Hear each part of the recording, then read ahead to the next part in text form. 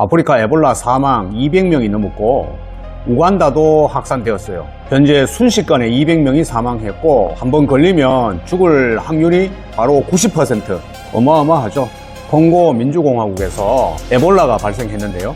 그 에볼라의 바이러스 이름이 분디부교라는 이름도 야릇하네. 여기가 에볼라가 발생한 콩고 민주공화국. 에볼라는 콩고 민주공화국의 북쪽 에볼라 강 쪽에서 발생했는데 바로 제가 관련한 중화공 바로 밑이죠. 그래서 현재 중화공으로도 에볼라가 넘어갔고 여기 우측에 있는 우간다까지 에볼라가 갔다는 거예요. 초비상 사태고요. 여기에 남수단, 루안다, 부룬디, 탄자니아, 밑에는 잠비아 초비상입니다. 지금까지 발견된 바이러스 중에서 에볼라 바이러스가 가장 인간에게 위험한 바이러스가 아닌가 이런 생각이 들어요.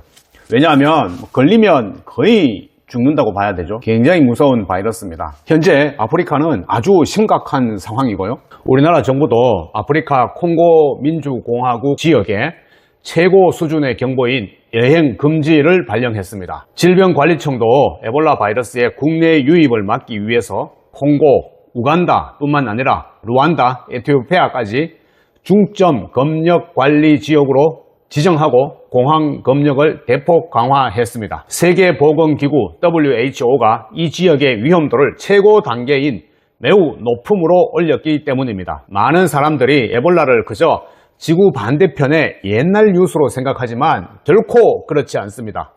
에볼라는 지금 이 순간에도 인류를 향해 소리 없이 칼날을 겨누고 있습니다. 먼저 에볼라의 이름이 어디에서 왔을까요? 저도 에볼라 공부하다가 아주 놀라운 사실을 발견했어요. 사실 바이러스 이름 짓는 게 대충 이렇게 짓지는 않거든요. 얼마 전에 있었던 코로나 바이러스, 처음에 우한 바이러스라고 해서 굉장히 시끄럽죠. 바로 중국 우한 지역을 낙인 찍거나 고립시킬 우려가 있기 때문에 그랬던 것이죠. 저는 바이러스의 이름을 짓거나 감염병을 대하는 우리의 자세가 단순한 의학적 통제를 넘어 철저하게 인간에 대한 배려와 인류애를 바탕으로 해야 한다고 생각합니다.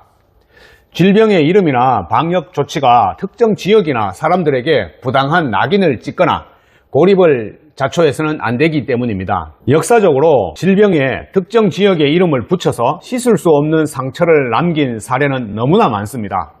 1918년에 스페인 독감이 그렇습니다. 실제 발원지도 아니면서 그저 언론 보도가 처음 나왔다는 이유로 스페인은 100년이 지난 지금까지도 질병의 대명사처럼 불리는 억울한 낙인을 안고 살고 있죠. 하지만 1976년 인류 역사상 가장 잔인한 바이러스가 발견되었을 때 인류는 이 낙인의 비극을 막아낸 위대한 결정을 내렸습니다. 오늘날 우리가 에볼라라고 부르는 이 바이러스의 진짜 이름이 원래는 얌부쿠 바이러스가 될 뻔했던 사실을 아는 사람은 그리 많지 않습니다. 시간을 1976년 8월 콩고 민주공화국, 당시에는 나라 이름이 자이르였어요. 북쪽에 위치한 숲속 깊은 곳의 작은 마을 얌부쿠로 돌려보겠습니다. 이 평화롭고 조용한 마을에 벨기에 수녀들이 운영하는 작은 미션 병원이 있었습니다. 열악한 오지의 주민들을 돕겠다는 고결한 선의로 세워진 병원이었죠. 하지만 아프리카 오지의 비참할 정도로 취약한 의료 환경은 이 선의를 거대한 재앙으로 바꿔 놓았습니다. 당시 그 병원에 있던 주사기는 단 5개밖에 없었다고 해요. 이게 상상이나 가시나요? 하루에도 수십 명의 환자가 밀려드는데 주사기가 딱 5개뿐? 병원 스태프들은 주사기 한 대를 쓰고 나면 알코올이나 제대로 된 소독 장비도 없이 끓는 물에 대충 헹군 뒤 다음 환자에게 곧바로 찔러 넣었습니다. 어느 날 말라리아 증상을 보인 마발로 로켈라라는 남성이 이 병원을 찾아 주사를 맞았습니다. 문제는 그가 인류가 한 번도 마주치지 못한 신종 바이러스의 첫 감염자였다는 점입니다. 그에게 사용된 주사기는 끓는 물로 소독되지 않았고 오염된 5개의 주사기는 연이어 다른 환자들의 혈관 속으로 침투했습니다. 병원은 치료의 공간이 아니라 바이러스를 뿜어내는 거대한 인큐베이터가 되었습니다. 환자를 돌보던 수녀와 의사들이 먼저 온몸에서 피를 쏟으며 쓰러졌고 얌부쿠 마을은 순식간에 죽음의 그림자로 뒤덮였습니다.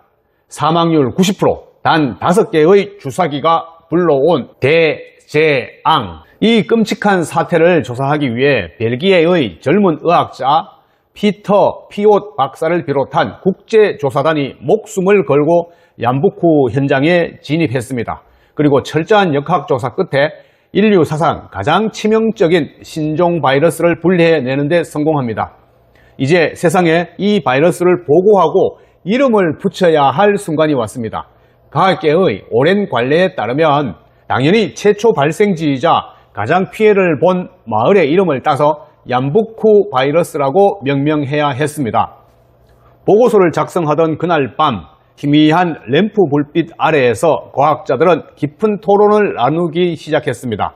동료 여러분, 이 신종 바이러스의 이름을 공식적으로 결정해야 합니다. 규정대로라면 얌부쿠 바이러스가 맞겠지요? 하지만 박사님, 잠시만 생각해 보세요. 이 치명적이고 끔찍한 바이러스에 얌부쿠라는 이름이 붙는다면 이 작은 마을의 미래는 어떻게 되겠습니까?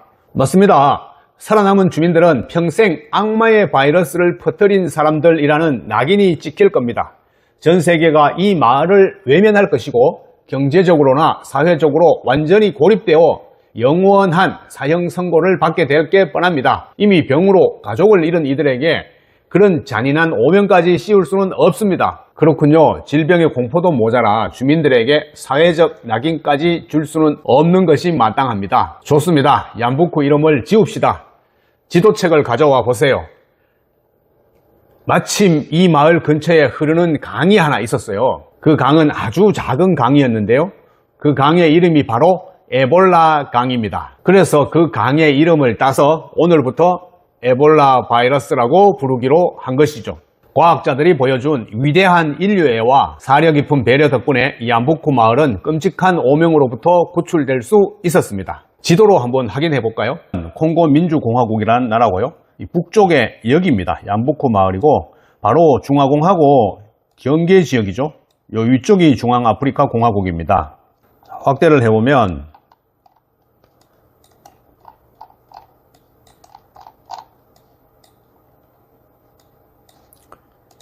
바로 여기가 에볼라가 발생한 최초 발생지고요. 마을이 아주 작아요.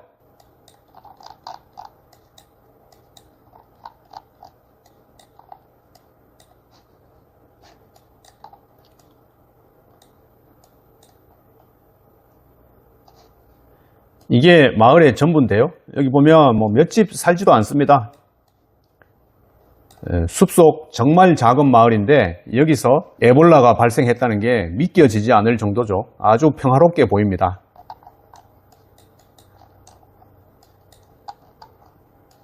에볼라 강은 이 마을에서 이 위쪽으로 약 100km 떨어졌다고 해요. 이렇게 흘러가는 게 에볼라 강입니다.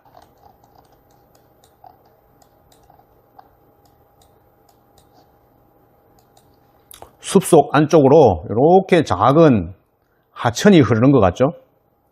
아주 작은, 정말 작은 하천이라고 보면 됩니다. 얌부쿠 마을의 바이러스가 아닌 에볼라 바이러스로 이름을 붙인 과학자들의 감동적인 배려와 국제사회의 노력에도 불구하고 에볼라라는 악마는 끊임없이 인간의 빈틈을 파고들었습니다.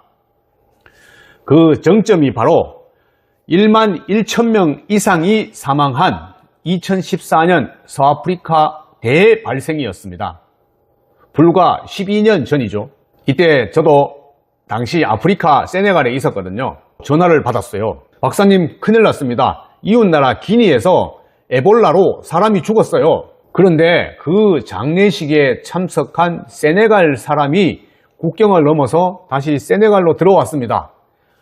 한마디로 초비상사태가 난 거죠. 아니, 에볼라 사망자 시신은 철저히 격리해서 화장하거나 매장해야 되는데요.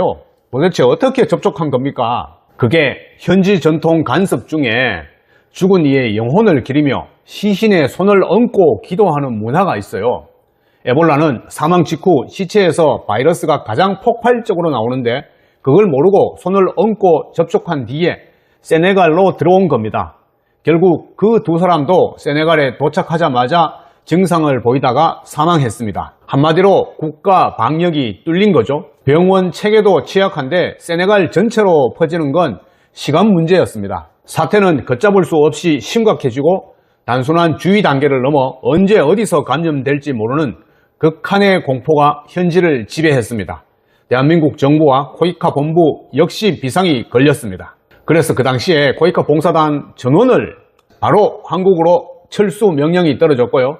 전부 짐을 싸서 한국으로 귀국 조치되었습니다. 이 병이 얼마나 무서운지를 보여주는 단적인 예가 되겠습니다. 결국 1976년 얌부쿠의 조그마한 마을에서 일어난 비극, 그리고 2014년 세네갈의 긴급 철수 사태, 그리고 최근 루안다, 우간다, 에티오피아까지 검역을 강화하고 있는 현재의 상황이 우리에게 던지는 메시지는 명확합니다. 감염병과의 전쟁은 단순히 백신을 개발하는 과학의 영역에서 끝나지 않습니다. 그것은 가장 취약한 곳에 인프라를 지원하는 ODA의 확충, 그리고 국경을 넘는 전 지구적 연대와 인류애가 함께 작동할 때만 승리할 수 있는 싸움입니다. 50년 전 얌부쿠라는 마을 이름을 지어주며 주민들의 존엄성을 지켰던 과학자들의 따뜻한 시선, 그리고 단 5개의 주사기가 대재앙을 부르지 않도록 아프리카 오지의 의료 환경을 근본적으로 개선해야 한다는 국제사회의 책임감, 이 두 가지가 온전히 맞물릴 때 인류는 비로소 에볼라라는 오래된 악마를 완벽하게 잠재울 수 있을 것입니다. 지구 반대편의 비극은 결코 남의 일이 아닙니다. 나도 지금 빨리 중화공에 들어가야 되는데 못 들어가고 있어요. 사태가 잠잠해질 때까지는 한 2-3개월 정도 걸릴 것 같은데요. 큰일이네. 큰일입니다.